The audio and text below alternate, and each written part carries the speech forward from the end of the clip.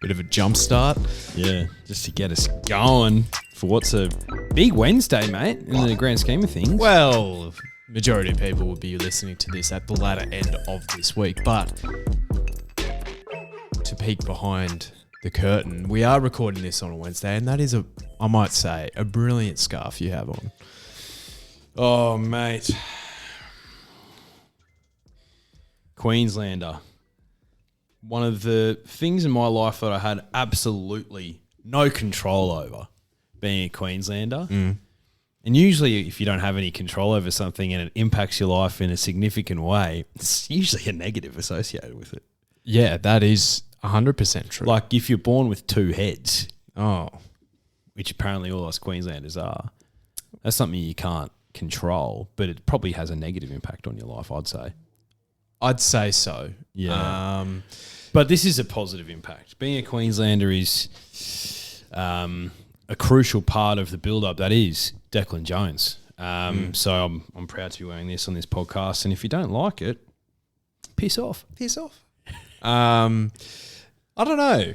What would happen if you did have two heads, though? Is that double the brain power, double the bad decisions. Yeah? Yeah. Even more poor decision making. Yeah. That's what would happen with me. Yeah. Probably double dosage of the shit chat as well. You have a podcast by yourself. Yeah, still wouldn't be able to listen very well. With double the ears. Be able to eat a lot.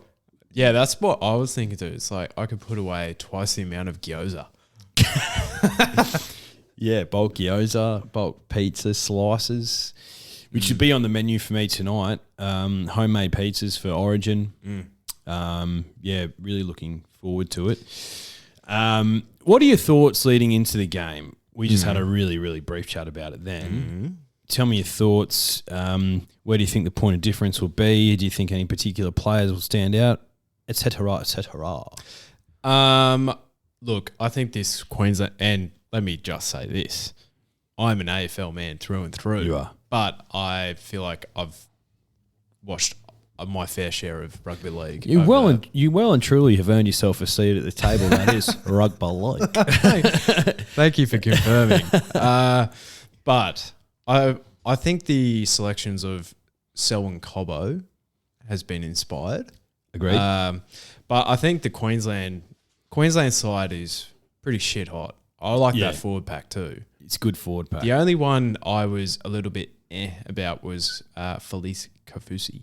Hasn't been playing his best footy, Felice, but he's one of those guys who's got a bit of a mortgage on that jersey. Yeah, and you know it's been proven that's the Queensland mantra basically. Yeah, exactly. But Ruben Cotter, I'm very excited to see how he goes. He just looks like a Queensland footy player, doesn't he? Doesn't he? Yeah. But yeah, no. And then New South Wales, I think they just made some strange decisions. Like Crichton at 14 doesn't interest me at all. No, it creates zero interest. No, but Freddie could just be doing Freddie things. What, being a dickhead? Sure. What are your thoughts? I think Queensland could potentially win the series, but I don't think they win tonight. And I say that with my maroon shirt on as well. Oh, look, with my typically what would be rose tinted glasses tonight, a slightly different shade of maroon for my tinted glasses.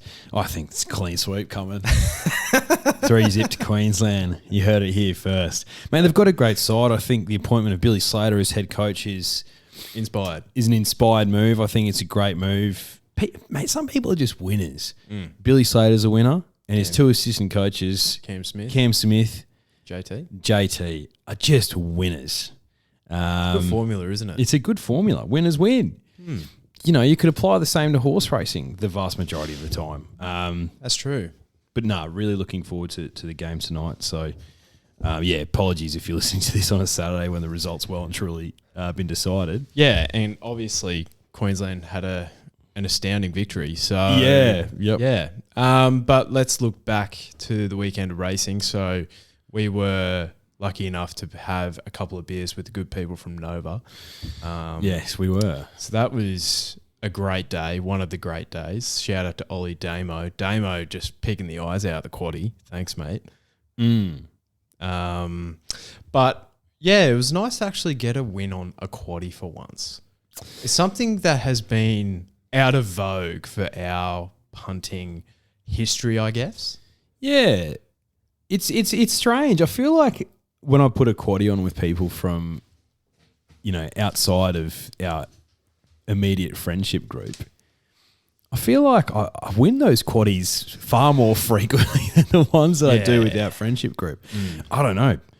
Am I the common denominator and I need other people outside of our friendship group to lift me up? Or are you guys dragging me down? I think the latter might be true looking at the Group 1 tally. Yeah, so... It was great to jag a quaddie. It was great to jag a quaddie. And look, I think we had the first three over the first past the post in the last, but we're cheering home my best of the day, even though it wasn't the best result in the quaddie. But I was a bit selfish in that moment. I was like, come on, Ethelred. Hey. Get the job done, big boy. What would the Drifters have gotten if they did a 2-leg multi with my best bet of the day, a moral, might I add? If you haven't heard that before. With the good people at Neds, of course. Yeah. Gypsy Goddess into your best of the day, Altherric.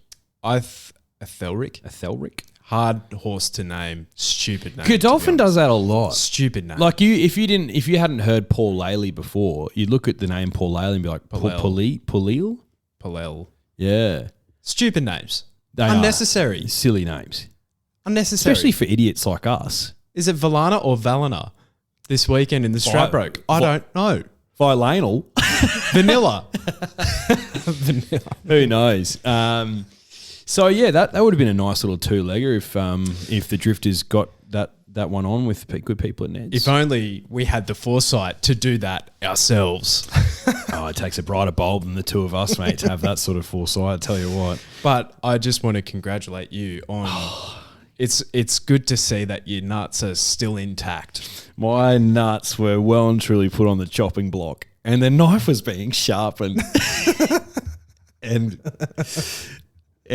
when you have a look at that knife and it's gleaming at you, and you see a reflection, and you're sweating profusely in the lead up to the race. But yeah, I'm pleased to share, Drifters, that no, I'm not a eunuch yet. My nuts are well and truly intact. Gypsy got up for the podcast and for the people of Queensland. Gypsy Goddess got up. Yeah, no, well said. And special shout out to Pikey. Very underrated ride that. Hell of a ride. Got going at the 800. Looped the entire field. Lost his cover. Didn't panic. He just said, this thing's going too good. And she was far too good. She was too good for those plebs. She was awesome, Gypsy. So yeah, super stoked with that result. And it was and like most of the Group 1 winners for the Queensland Carnival so far, there's been a bit of a story sort of element to all the winners, right? And I think Gypsy fits that mold. Potentially you could find a story or two this weekend. You could. All right, should we get our drifter of the week on the phone? Yeah, let's do it. He's been wanting this for a while, I reckon. And this is a great week to get him on. Yeah, he's very excited. He's so excited for this weekend. Gentlemen. Oh, sorry, mate. Are you in Adelaide or something? What's with the delay? No, it's these days, technology and I aren't friends. That is true. You're a simple man, simple pleasures. Bradley Weston is the drifter of the week. Obviously, also a prominent member of our. Would you still call it a punt club? Yeah, for sure. Okay.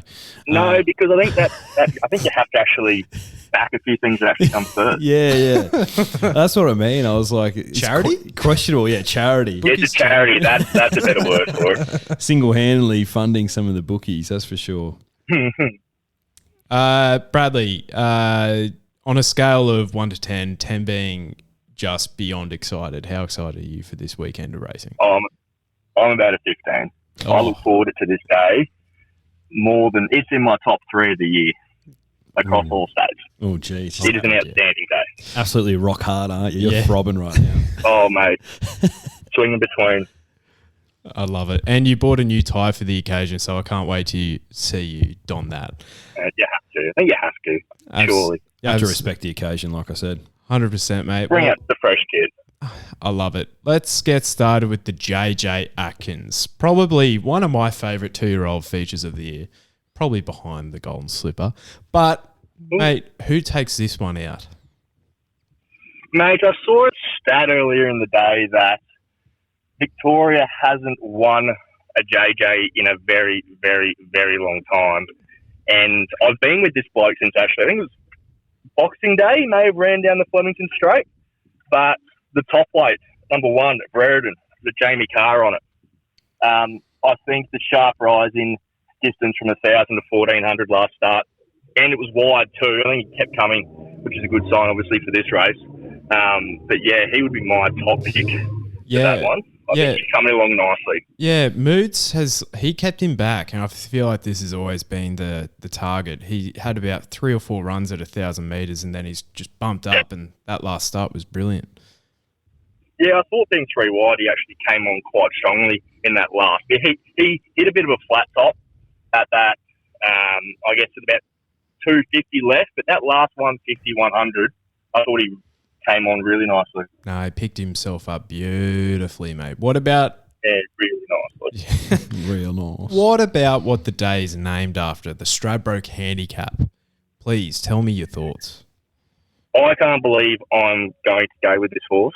She's one of my favourites, but she has let me down, and let me down a few times this prep. I think Jonesy knows where I'm travelling with this one. I know. I think she's finally drawn a good gate, and it was something like, I read this today, so I've done a lot of reading today, obviously, and it's something like 23 of the past 29 or 30 have weighed under 45 and a half kilos. 45? 54? 54 and a half. Yeah, let's get those numbers straight first. It's been a long day. And, yeah, I think the big tope, I reckon she's right for this. I don't believe that what Tony said during the week where it was something about a saddle pain. Yeah. Causing the problem. And, look, I don't think a new setup could change it that much, but only 2.5 lengths behind in that Kingsford Smith. I thought she was good. She's finally drawn a gate. Yeah, she started to come on, and I think 1,400's her. So I'm going to stick with her. She's in it up to her fucking eyeballs, Bradley, I reckon. Good price too. Yeah, great price. I love to hear it. Pikey on board. What are your thoughts on William Pike, Bradley? Thought his last ride on Gypsy, which was an outstanding fucking ride. You don't get much more excited than seeing a horse lap him and come wide and go. And I thought that was his best ride to date since the move. And I think that might kickstart something here for him. So, yeah, I'm going to stick with him. Mate, well assessed. Mate, what about a best bet of the day? You don't mind declaring one, so please do. Sometimes I have 2 or 3 after the first one goes down. So I'm going to go in the last race. I'm going to go Naj Marty on a hard deck. Love it. She's fine. I think she'll put these away pretty comfortably again and go 3 in a row. $3.30 with Neds. Decent price as well, Bradley. Beautiful. I do love that. Well, Bradley, that is all we have for you, but thank you so much for joining us, and we'll see you bright and early at breakfast before going to the track. Mate, ready to go. Looking forward to it. Good luck. Love you, mate. See ya. See you, mate. Cheers, gents. Bye. Isotope. She's in it, mate. She's in it up to her eyeballs. I personally believe. Oh, God, yeah. Yeah, okay. Oh, God, yeah. She's not one of mine. She's definitely one of mine. Yeah. Is she my top selection, though? We'll have to wait and see. I think we should get stuck in anyway. Yeah. How's that sound? Mate, sounds good to me. To me, it sounds good. We didn't ask Bradley about the Q22, but he is with Maximal. Second favourite. Anyway. I'm assuming you got that text during the week as well. Yeah. Yes, but earlier on in the week, I think he was leaning in a different direction for the Stradbroke, but I can understand his reasoning for getting all aboard our girl isotope. I understand it. I think he's just gone hard overhead, which I can respect. Oh, God, yeah, I respect the hell out of that. Respect the hell out of that. To be fair, there's a horse in that field, which we will talk about later, which is probably the biggest heart overhead horse in Australia, but to be talked about. JJ. Yes. I think you are one of the resident experts in this room about 2-year-olds. Yeah, well, if it's a title share between the two of us, I'd say. Well, I think you typically have you pick the eyes out of them for the lead up races. Yes. And then grand final, sometimes I miss. Yeah. Or I frequently miss. I'd say so far to date in the grand finals, I've probably pipped you. Yeah. And regardless of the result here, I'm probably still going to be on top. But what do you reckon for the JJ? I think it's one of the top 3 in the market. I reckon it's a 3-horse race, personally. And that's number 4, Political Debate. Number 10, Sharp and Smart. And then number 16, She's a Belter. It's one of those 3 that wins. So the pickle I found myself in when reading form for this race and dissecting was, which one do I pick on top? Mm-hmm. So I was on Political Debate on the weekend, and I think most people were with the $2 that you could have gotten, and he just got home, right? By a bee's dick. Watched the replay of that race. Like, he didn't have it all go his way. He was out wide. I think he hit the lead a bit earlier than what he originally anticipated. I think J-Mac rode him like he thought he was on a $1.20 pop, which, to be fair, it was, highly spruiked horse heading into that race. It's a 2-year-old though. 2-year-olds they don't know what they're doing. They don't know what they're doing at all, especially when they have their nuts. But also makes them an incredibly exciting prospect. So the spruiks on this guy are obviously, everyone's heard that they're pretty high, and he's by So You Think, so he'll get better. Sharp and Smart. Have you heard the spruiks on this horse during the week? My God, if this thing was trained by any other stable, it'd be 2-1. It's like, sheesh, okay. Still didn't win last start. Yeah. Last time I checked. Yeah. Like, sure. Like, promising goal. It very well could be. Yeah. The next big thing. So, yeah, obviously, you've got a really high opinion of that. I'm leaning towards Sharp and Smart or She's a Belter. I watched She's a Belter's run when she beat Swiss Exile and Brereton in the produce that day, and I was like, I think that's my JJ tip. And then I watched Sharp and Smart and Political Debate battle it out last Saturday. I was like, one of them is my JJ tip. So I found myself in a real pickle. Could you please help me?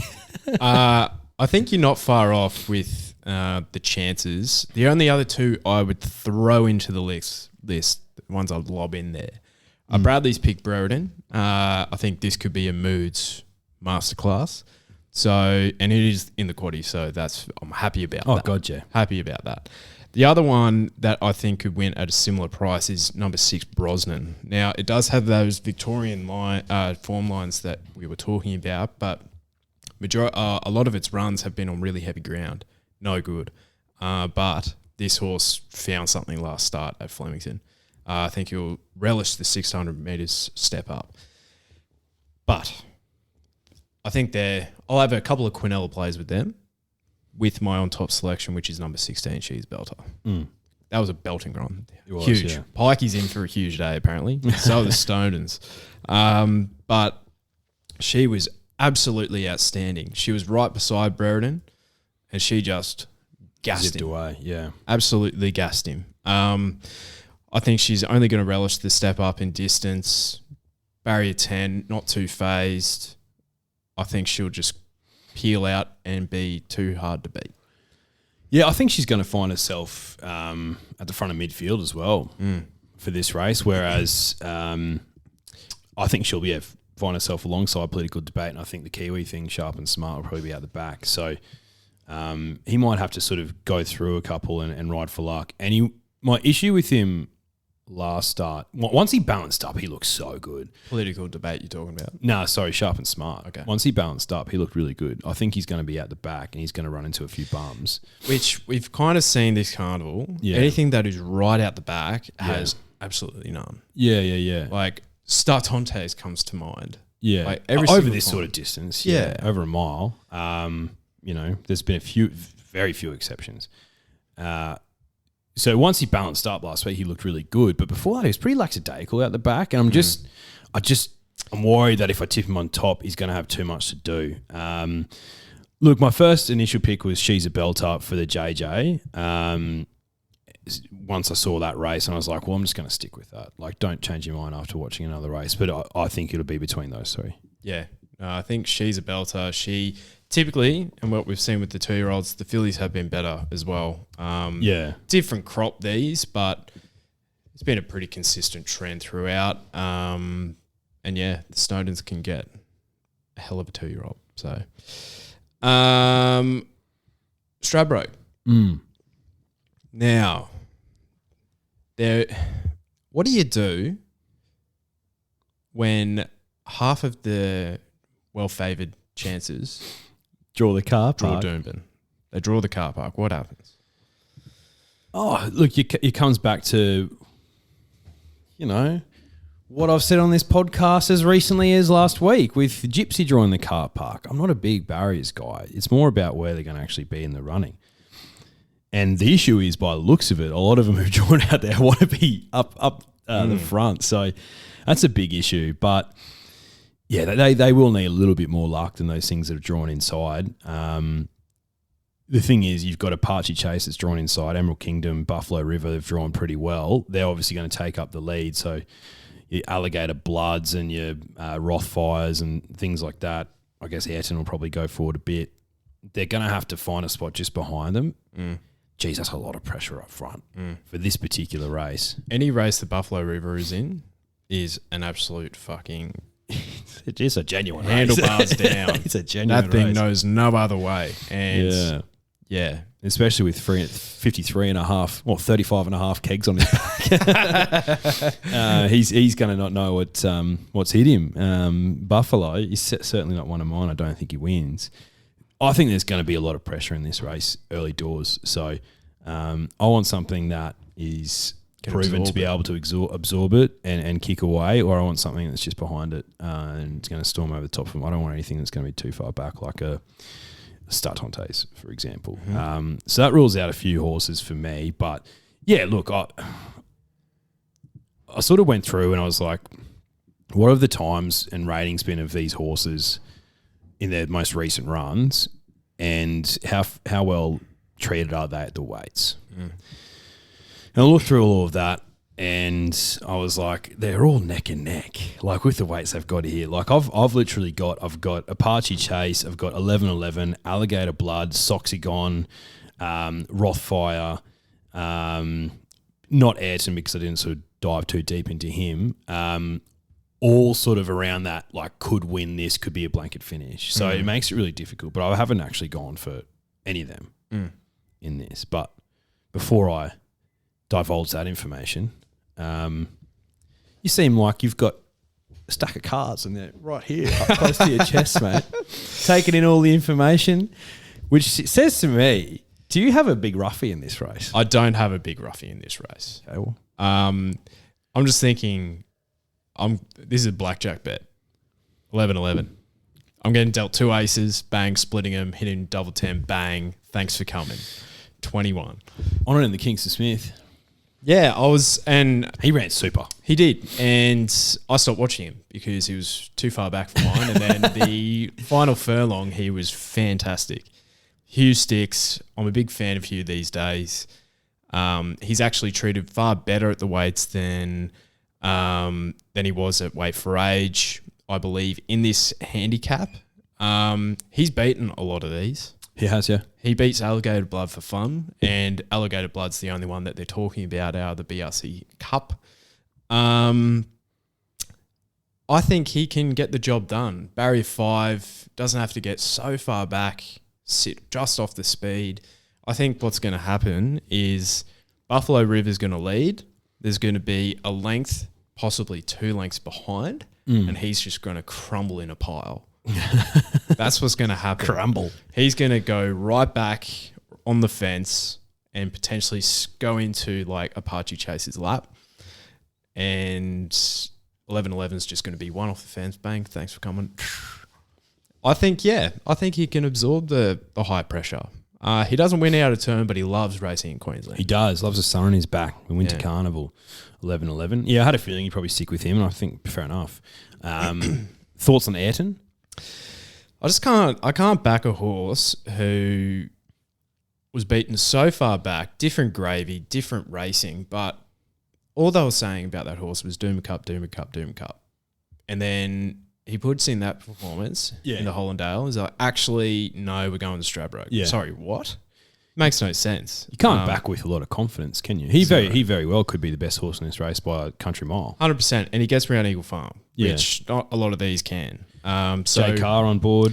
But for $5.50 with Neds, I don't want to find out at that price. No, if he gets out to about $8, 100% he's on side with me. Yeah, I think so. I think he'll drift. Yeah. I think he'll drift. Maybe. Yeah, I don't know who the come for. Maybe Apache Chase. I don't know. Maybe. Just on Apache Chase, he's just won a Kingsford Smith. Gets in still at a pretty decent weight. Draws barrier 3. Give himself every chance. Yes, yeah. I think you run the race again. At this stage in their preparation, I think 11-11 beats him. Fair. 100 metres further. 11-11 was flying. Your logic, infallible. Yeah. Thank you, mate. What about you? Well, like I said, I was giving Isotope just mulling her over, just, wringing my hands together. I was like, I think she's in this up to eyeballs. I'll be happy to see her win. But I'm going a little bit left of field. I'm going with a 3-year-old colt, number 17, Valana. Yeah, right. The Godolphin thing. So last time he raced was in the Fred Best Classic. Mm-hmm. And he absolutely had no idea once he got to the front because he just his head was going all over the place. And I was just like, what's going on here? Is he going to win? Holds on, he wins. That was the race where everyone was on Star Tontes and she did absolutely nothing, the Fred Best. I remember it well. Yes. We've gone back and watched the rest of his runs since his debut, and he's only had one blip, and that was the race in the Hawkesbury Guineas where Mr. Mozart won. That was on super, super heavy deck. I think he wanted a good track. He has good form on heavy and soft. He has good form, but I think the different sort of tracks, the gluey as opposed to, I don't know. But anyway, I was buoyed by the barrier draw in 8 because I think he's just going to sit just off him, Valana. And I looked at his ratings over 1,400 metres. If this was weight for age, I wouldn't give him a chance at all. But he's only got 50.5 kegs on his back. And I think that puts him well and truly over the top of the rest of these, looking at it from that perspective. And it's one of those ones as well where it's like, geez, Godolphin's been quiet for a while, but they just pop up sometimes. You know what I mean? Yeah. So I was looking at this race. I was like, I want something at odds, and I want something that's going to give it a sight because he'll be up on pace. And I want something lightly weighted because there's a lot of things bunched up around that sort of 54 to 56 sort of kilo mark. So, gone a bit of a roughie, which is a bit unusual for me. But $16 with Ned's Valana. He's my pick in the Stratty. I like it. And I don't mind it because I had a quick look at previous winners, say, over the last decade. I think Trekking has been the only favourite that's won. It's been... Yeah, it's tough to find. Oh, double figures, left, right, and tough to find the winner. Very tough. So if you find the winner in this race, congratulations. Yeah, because you're getting a good price. All right, if we go quickly through, Private Eye, I have him offside. I don't think he can win this. No. Laws of Indices, too inconsistent. Wouldn't be surprised to see him in the finish, but I couldn't back with confidence. Yeah. Apache Chase, he can win. He can win. 11-11 can win. Alligator wouldn't surprise me. Yeah, but I think he needed to draw inside. Yep.